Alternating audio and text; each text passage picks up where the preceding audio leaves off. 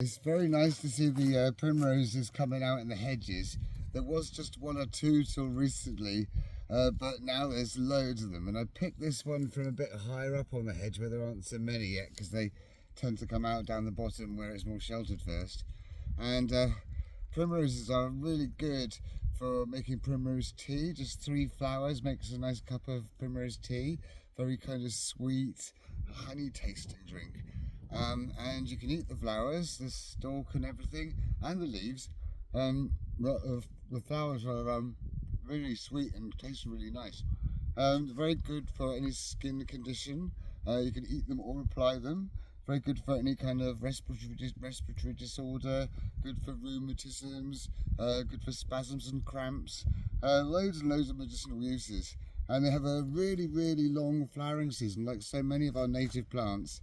They flower for, well, they can start in November, just in little bits, if the weather's right, but usually it's about now, and then they'll flower till about the end of April, really. Yeah, they can sort of throw up the odd flowers through the winter, and often do, if it's a really sheltered location. Really, really bright flowers, really last a long time. You get them in like hedges and woodlands.